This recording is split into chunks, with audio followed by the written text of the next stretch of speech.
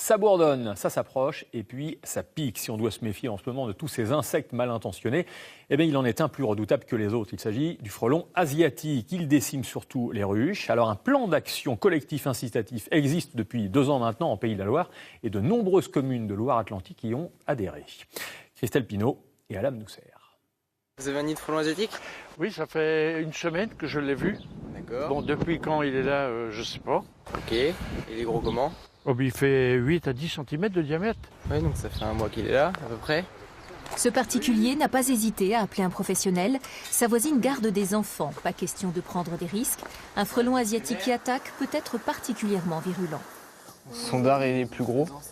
Et une fois que le frelon asiatique va avoir piqué, il va nous laisser un phéromone dessus. Et ça va attirer tous les autres du nid. Donc ça peut être beaucoup plus grave. Le seul mode d'action des entreprises, privilégié pour l'instant, reste l'utilisation de pesticides en bombe ou en poudre selon les cas. C'était un nid facile, il était à hauteur d'homme, il était petit, donc une très petite population, donc il n'y avait pas de gros risques. Agir précocement dans la saison est important, car d'ici un mois, les nids auront grossi de façon exponentielle.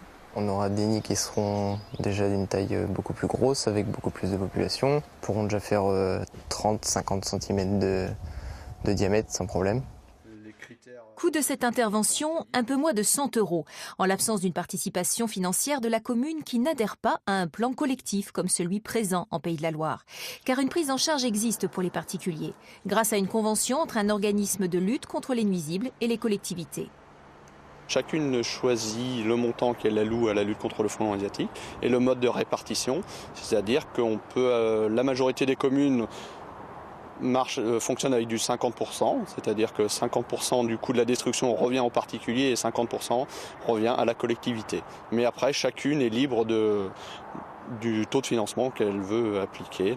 Ce plan d'aide aux particuliers doit permettre d'enrayer le massacre des abeilles, car le frelon asiatique en est très friand.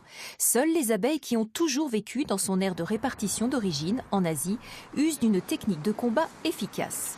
Les abeilles ont acquis ce système de défense, elles l'entourent en grand nombre jusqu'à le faire monter la température à l'intérieur de cette petite sphère et le frelon en meurt. Donc quelque part, elles le cuisent. Une parade que les abeilles françaises ignorent encore et doivent développer.